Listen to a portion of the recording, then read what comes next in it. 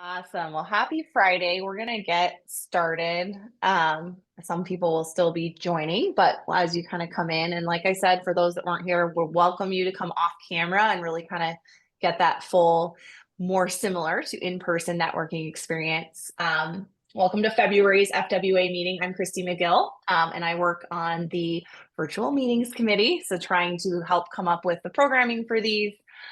We did something in the fall last year where we discussed really like the job market, what to do throughout your kind of job hunting process, all of that.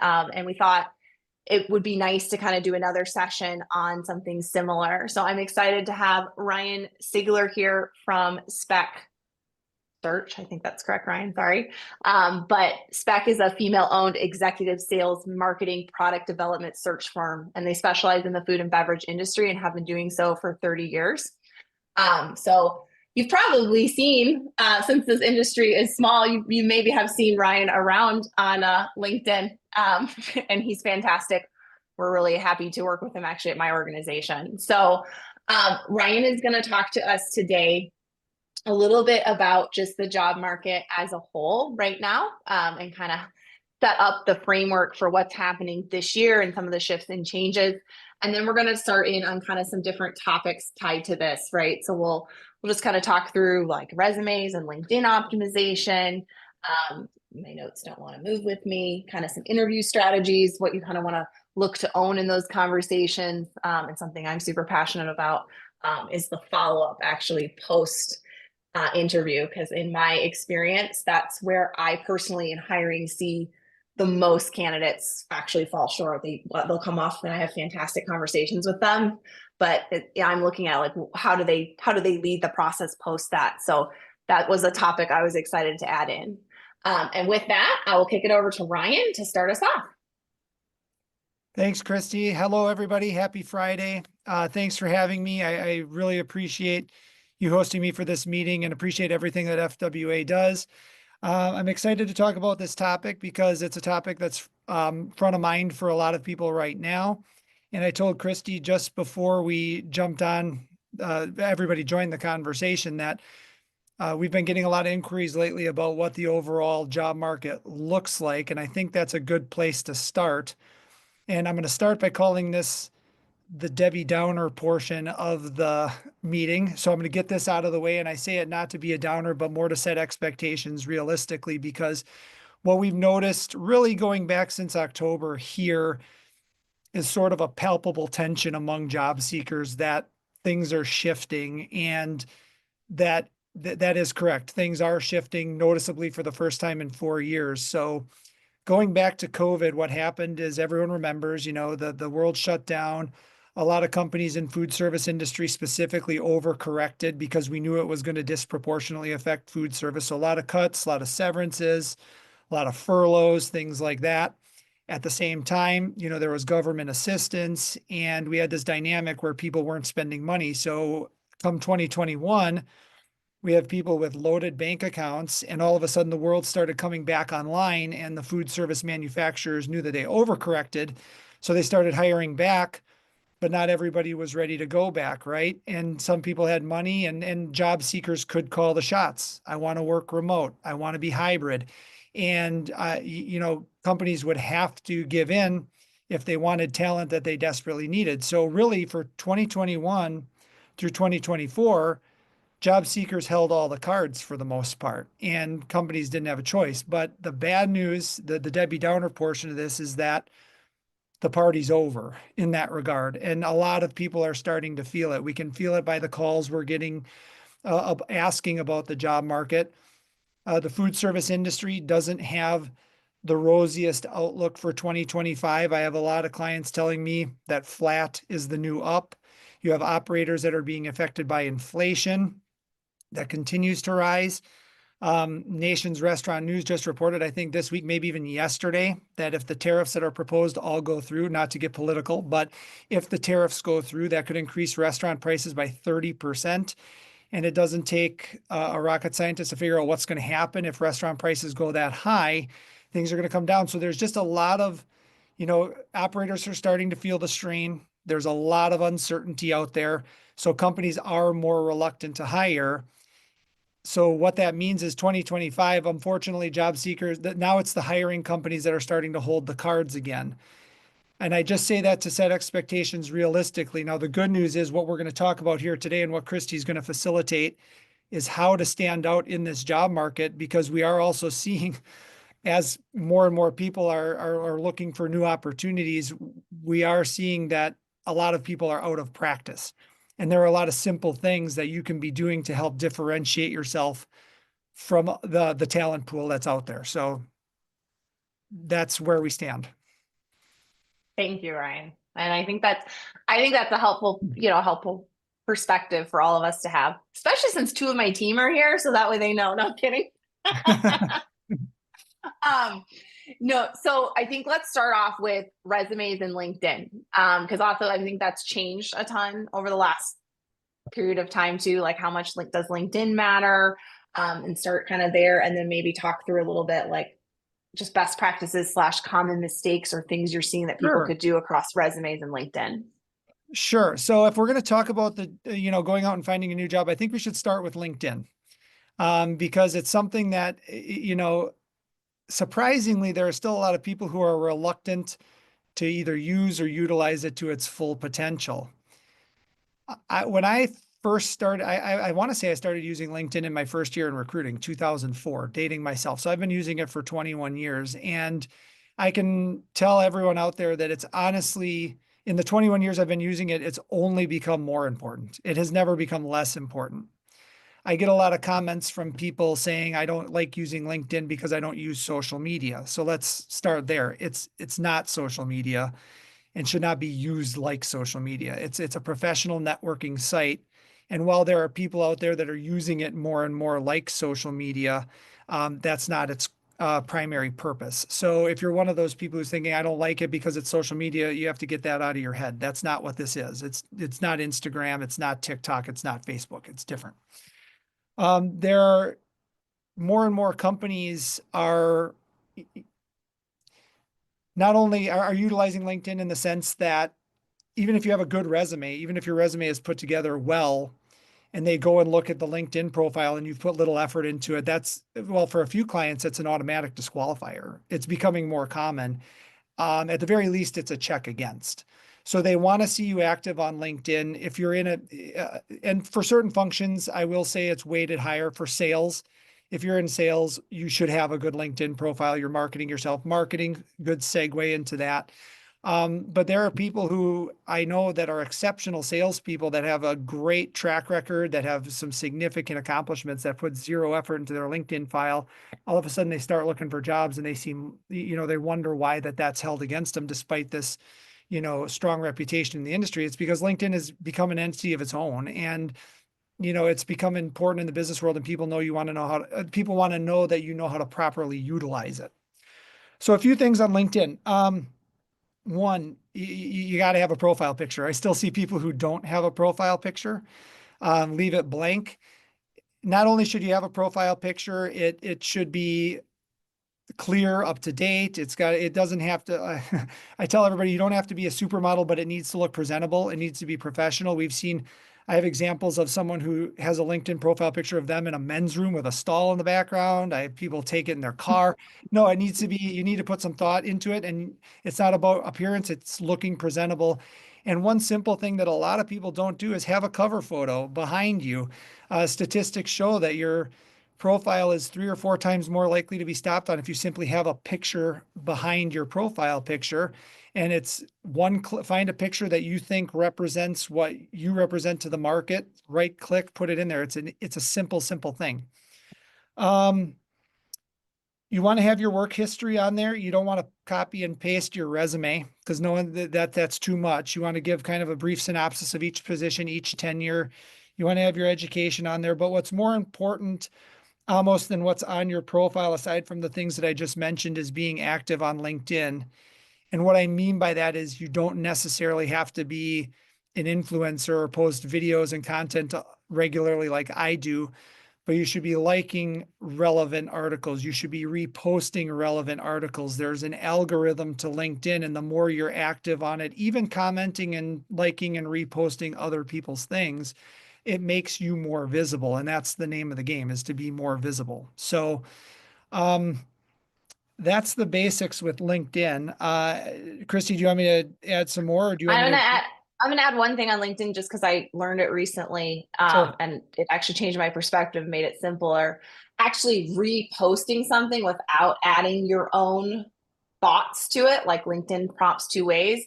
You connect with the algorithm better by just reposting it. So where I was putting a lot of pressure on myself that if I wanted to share an article, I needed to then give it some thought leadership on top of it, learn through some algorithm work that that's actually downing it in my algorithm. So now it's simpler. I can just click repost. So found that to be just a useful way for me to take that pressure off.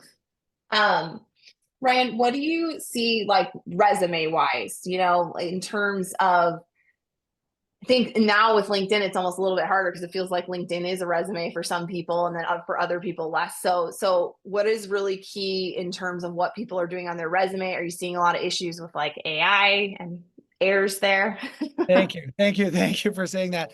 Um, AI resumes are really easy to spot. I'll start by saying that. AI, I think, can be a useful tool, but it's something that's not to be relied on, especially in the resume department, to put your resume together for you.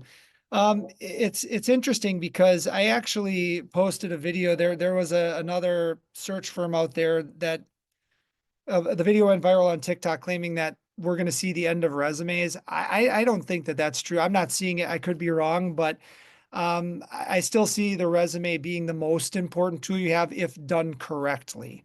And what we see when in the age of AI, Christy, like you bring up, is a lot of shortcuts. People not wanting to put the time, effort, and energy into their resume. Now, one of the first videos I did for FWA, and it's probably still posted on their LinkedIn page, is the foundation of a good resume. And there are certain basic core principles to a good resume that have not changed over time. This is aside from format, for the record. Formats are pretty subjective. You can line 10 resume formats up in front of 10 different people and they'll rank them dramatically differently based on their personal preference. But the content is what's most important. Now, the most important thing I can tell anybody about the resume is you have to have tangible and measurable accomplishments listed on there. The rule of thumb, your resume should not read like it's a job description. In other words, if you're just listing your responsibilities, but not listing accomplishments, you're only saying what you did, but you're not saying that you did it well. And what hiring managers are looking for are proven achievers.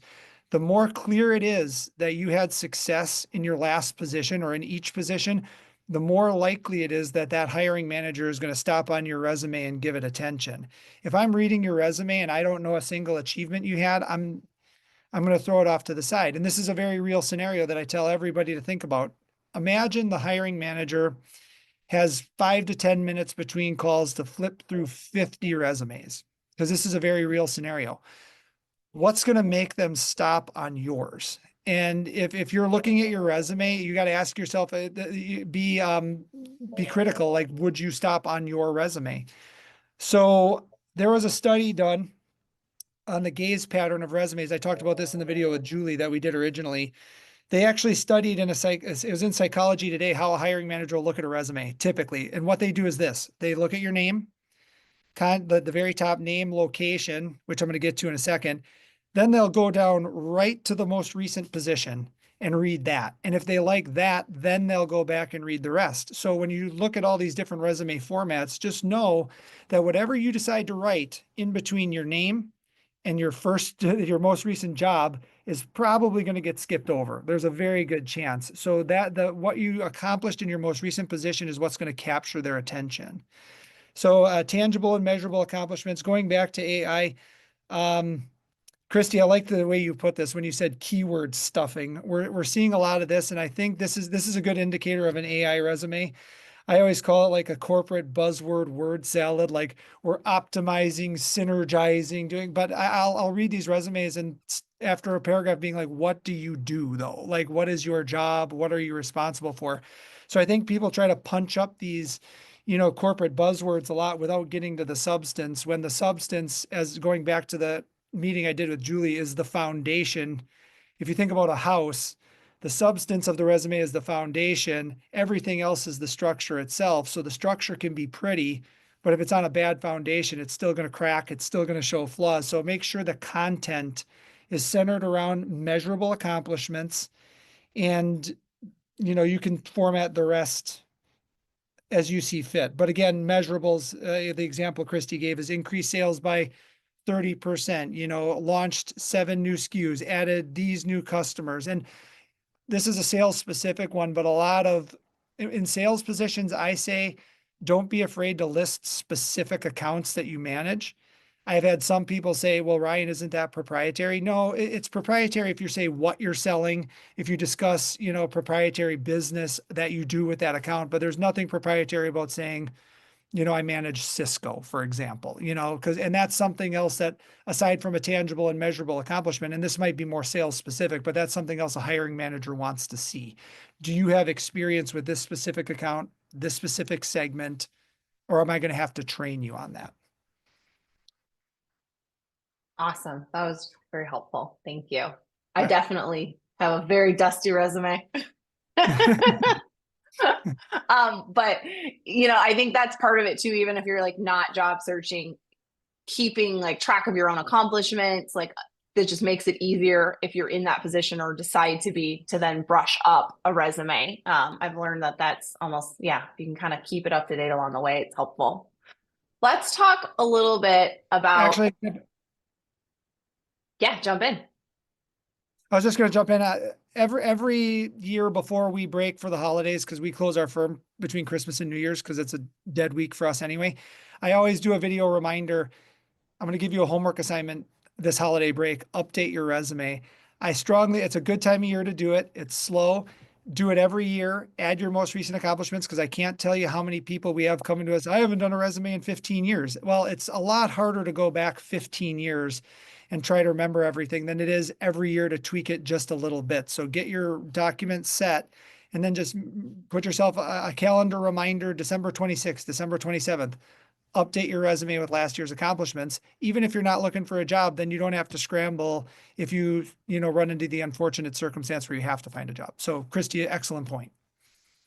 Love it. Yeah. And then too, I think because sometimes there's things you want to call out that could have occurred over a decent period of time that you're not going to remember when you're pressed to. Right. Let's talk about interview strategies, how to have a strong interview, how to own the conversation, and just kind of your best tips for, often what is right. Yeah. That, especially that first interview is kind of your one shot to make that impression, to continue through what these days feels like very, very, very lengthy hiring processes. Sometimes too lengthy. I'll be the first to say that there are a lot of companies that still tend to overthink it. I just talked to a gentleman who went through 7 rounds of interviews, and that's never a good look on behalf of the company. It's like, if you need 7 rounds of interviews to make a decision, that says more that the company's indecisive than it says about the candidate. But okay, you get the interview. What next? So in interviews, when we're coaching people up for interviews, it's funny. What a lot of people go into an interview thinking are going to be the easiest questions tend to trip people up the most. And we'll start with the tell me about yourself, and I have a lot of people sort of stumble on this. Either they'll go right into business, tell me about yourself, and they'll start, rattling off accomplishments. That's not really what a hiring manager is looking for. Or they'll get too personal and just, make it sound like, and then the hiring manager will be like, well, this person's got a family, they travel, they do this, when do they work? The tell me about yourself, it should really be more about your purpose. What drives you? What motivates you? And this is going to be very important to a hiring manager from a cultural perspective, because a lot of people, especially when you're out of practice and interviewing, you go into an interview and want to start checking the boxes right away. There's qualifications, and then there's fit. And I'm adamant that both are equally important. The tell about yourself, they're leading with wanting to know about the fit. Is this going to be a good cultural fit for you? So you want to talk a little bit about personal. You don't want to make it all business. You don't want to make it all personal. But the question, tell me about yourself. I want to know what drives you. I want to know what makes you motivated. I want to know what environment you find yourself being most successful in. And it's a good starting point, because if a hiring manager or an HR manager or someone you're talking to in the company is self-aware and honest, they can tell from that simple question right away, the likelihood, okay, this is going to work out. You seem like you fit in good with what other successful people within our organization, or, ooh, that's something I'm really going to have to probe more on. So purpose, motivation, that's what they're looking for. Another question that I rehearse with everybody is, why are you looking to make a change? It's a question that really trips people up a lot of times. And I understand why, because a lot of times people are very unhappy in their job. And that's one of the things. And they don't want to just come and unload on their current company and, make it seem like they're, giving all their baggage. And you shouldn't do that, by the way. That's the wrong way to do it. On the other hand, you wouldn't be looking for a job if you were totally happy and content. So they're looking for an honesty factor, like, and again, what your motivation is to make a change. So you got to have an answer, even if like you're currently happy with your position, there's got to be some reason that you're exploring an opportunity, whether it be lack of opportunity for advancement, or a good answer. I think a good answer is, I don't feel challenged anymore and I feel like I'm ready to take on more, and it's not going to present itself in the current environment. Those are both good answers. Or another way to handle the question, and you can do these in conjunction with each other, is pivot to what appeals to you about that specific opportunity. And that's another big thing. You need to be able to talk about why you're interested in the opportunity you're interviewing for specifically. Seems like common sense. Maybe it should be common sense, but I still get a lot of feedback from hiring managers that they didn't understand our total product portfolio. They didn't have a complete grasp of the job. It's clear that they didn't read the entire job description or visit our company website. So you have to be able to talk, you give a reason why you're looking, and then pivot quickly to why that opportunity appeals to you, their products, their culture, the purpose, the job. Show that you've done some digging and that you're looking to go to that job versus from your current job. You're looking to go to, not get away from. And those are two things that are very important. And then when it comes to the interview itself, like once you get into the substantive portion of the interview, like what do you bring to the table? The STAR interview method is what I call it. It's technically called behavioral interviewing. A lot of you I know are already familiar with this. Behavioral interviewing is a technique that its complexity is in its simplicity. The hiring manager is coached just to basically ask open-ended questions. They may not follow the exact format word for verbatim, but the questions will sound like, tell me about a time where blank, give me an example of blank, and they'll give you the floor. And the reason this is an effective technique is the person who developed the technique realized that if you haven't really accomplished something, or if you're trying to punch up your accomplishments, it's really difficult to talk about it at length and in detail, because if the hiring manager is using the technique properly, they're going to keep asking you follow-up questions, and they're not going to let you off the hook. They're going to keep, asking you these questions. So the reason we use STAR as the acronym on how to answer these questions, it's an acronym for skill, task, action, result. So the skill is what they're probing for. If you read a job description, every responsibility on there is an S. That's the skill that they're probing for. So the best way to prepare for any interview is for each responsibility that they list, think about a task where you had to utilize that skill. Talk about the action that you took and get specific. They want to know that you thought this through. You weren't just in the right place at the right time or got lucky. And then give them the result, and make sure that the result that you give them is measurable. That you don't want the hiring manager to come away having to guess the significance of the accomplishment. You want that to be very clear. And now this is interesting because just earlier this week, Christy, I agreed to do this last week. I was walking through this with a candidate, and they were telling me, well, what if, for half of the bullet points, well, what if I haven't done that? And then I had to have a hard conversation. I said, then you really got to ask yourself if you're qualified for this position. Because if you get to half of the responsibilities and you have no experience in that, then as much as you want the job, you have to come to the realization you might not be the right fit for it. Awesome. Thank you. I think that was, I've been, obviously, interviewing a lot of people. And it's definitely right. It's like, I think that what I see missed so often is people really taking like control to present themselves in the best light, right? Or like really, like you said, kind of tangibly share your accomplishments. And I would say, I think just, specifically, I think women tend to, I notice, like not take that ownership as strongly, and, are like almost softer about it. So like for me, when I'm looking at, especially we hire, we have a lot of women on our team, is like that ability to really present yourself and present your accomplishment and take ownership for them, which I think really then shows like your ability in the organization you're going to come into to take ownership of the role you're going to be assigned. All right, let's talk about the Well, foul. Okay, you can jump. Yeah, sorry, I don't, you you bring don't up a have to good, be sorry. Jump in. you're bringing up excellent points. And when you talk about, um, try not to stereotype, but there is like females being less confident or less likely to punch themselves up. There was actually a study I read that when you talk about advancement within organizations and compare men to women, and there are tangible statistics that show that there's income inequality. And I was reading a big study on why that is. One of the factors, not all of them, but one of the factors is that they found that men are far more likely in general to apply for jobs that they're not qualified for. Men just have like, again, maybe it's a bravado, maybe it's a false sense of confidence, but this is again, a measurable statistic that men are Yeah. far more likely to put their name in for jobs that they can't do.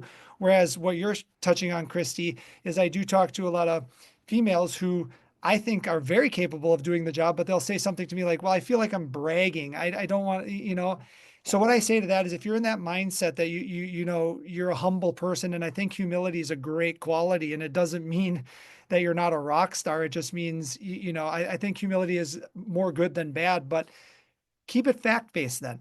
If you can walk through a star example and explain, here was the task, here's what I did, here was the result. That's not bragging, that's proving. There's a difference. Bragging is I'm the best, I can do anything, I'll get that business. Proving is here was the task, here's what I did, and here was the great result. That's you can be humble and do that at the same time.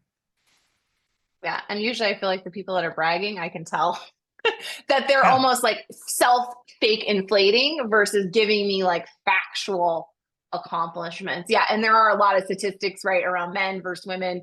And one of the last sessions we did on this was about the income piece of that and how that shows up, right? And I definitely we see the same thing. Like, women are less likely to ask for the raise or the next advancement, even within their own organization. And we had some great notes on that session, so people can also look for that and go back to that if you're interested in kind of digging into like the income side of some of this, men versus women, and just how to really position yourself for total success and advancement correctly across your career. Right. Let's talk about follow-up, because follow-up is my probably like my biggest personal thing that I look at when I interview. So it's something I think that is often I'm shocked by, actually. Like incredible candidates have walked through and interviewed through processes with us that I would have loved to offer a job to, that I literally sat on my hands to not coach them on what they should do in their follow-up. And shocking, especially like obviously we work in sales, so follow-up of course is a really big deal. But I think it's just interesting how so many people, in my opinion, leave it something on the table where they could have stood out of a set of candidates. So I'd love for you to talk about what you think kind of is that process post interview today, steps that people should take, yeah, and just your general perspective on that as a whole. Yes, very relatable. So Christy, you'll relate to this, but I'm more often than not having hiring managers tell me, don't tell the candidate to send me a follow-up. Don't instruct them to do it. Don't coach them to do it. I just want to see if they do it. And it's weird. I'm going to date myself here, but for the first 10 years in recruiting, this is something I didn't even have to tell people to do. It was just common practice. You get done with an interview, you send a thank you email every time, no matter what. In fact, going back then, I had to coach people. They would want to send handwritten notes. And so I had to coach them to get them up to speed, saying, yes, you can still do that. It's a nice touch. And if you're a handwritten note person, I appreciate getting one. It is a nice touch. But if you're going to rely solely on a handwritten thank you note in today's world, the hiring manager probably made their decision before they got it. So the email is essential. the follow-up handwritten note is a nice touch. But the thank you note, the thank you email, it's genuinely surprising to me that more and more people aren't doing it. And again, I don't want to date myself or sound ageist. It might be part of the younger generation coming into the workforce that's not doing it. But I did have to, just a few weeks ago, there was a candidate I had that interviewed really well. Chrissy, it sounded like you were talking about a similar scenario where the hiring manager said I was going to move her forward, but she didn't send me a thank you note. And I gave her the honest feedback after the fact. And she was dumbfounded. She's like, really? Why? We have to do that? I'm like, yes, you have to do that. So, And I would jump in here too, real quick. Even if you're not interested in the job, it really surprises me too, because any industry, anyone you meet with is a new connection for you, potential down the road. And so I'm like, same thing. I think you have, even if you're not interested in the job, still sending that follow up creates such a great loop for you in your networking in your industry. That's another little tangent, but kind of a part of that. 100%. And I'll add context to that. And I'm going to start by saying, if any of you reach out and talk to me, you don't have to send me a thank you note after every conversation. I promise. I don't, you're not applying for a job with me, so don't take, but what's happening now is, again, when I talk about that palpable tension in the job market, there are so many people that are reaching out to me on LinkedIn that I reached out to 2-3 years ago. No response, ghosted me, ignored me, said, oh, I talked to me and then said, I'll get back to you. No response.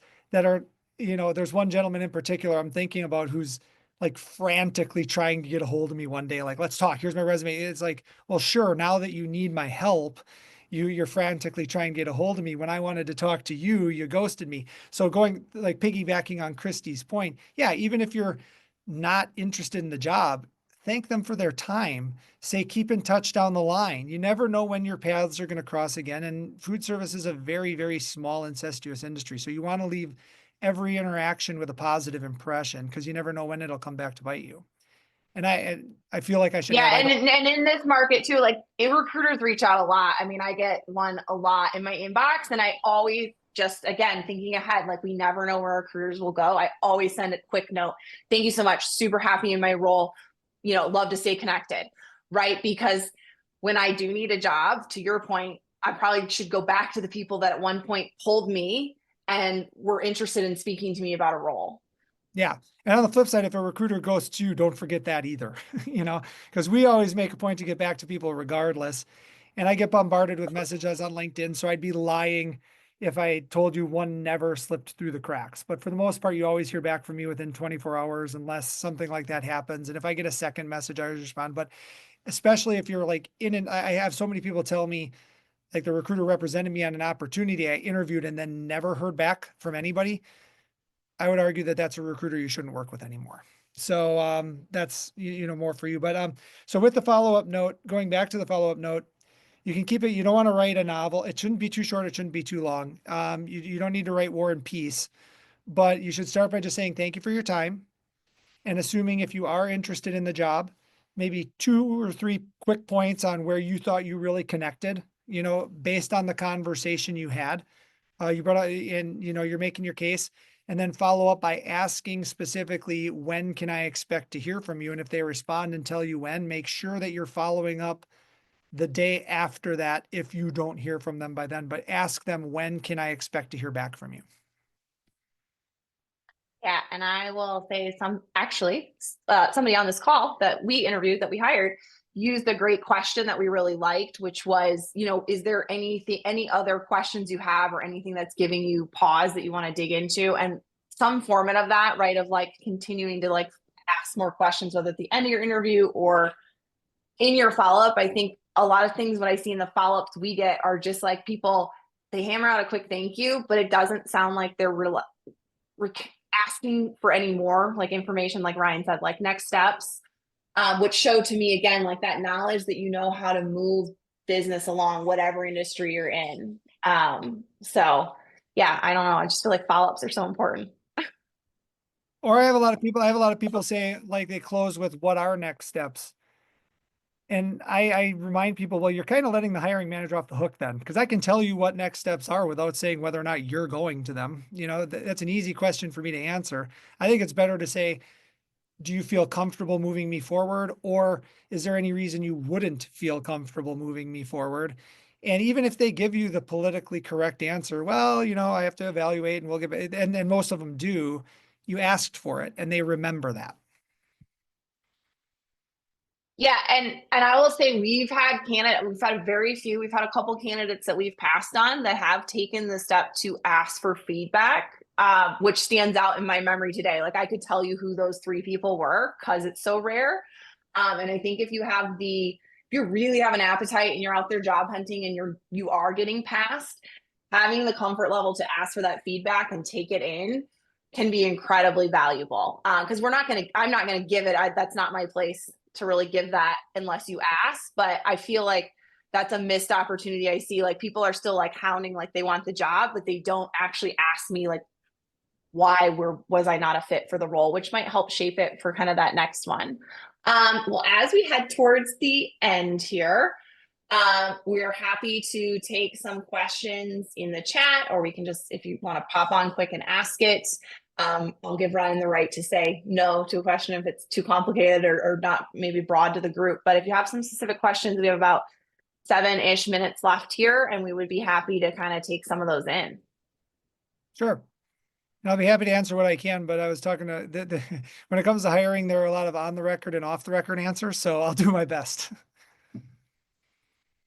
Yes, and Kendra is gonna stop recording too, just so if anybody wants to ask a question that they don't want on the recording, we're gonna cut that off here now. So that gives you guys a little more freedom as well.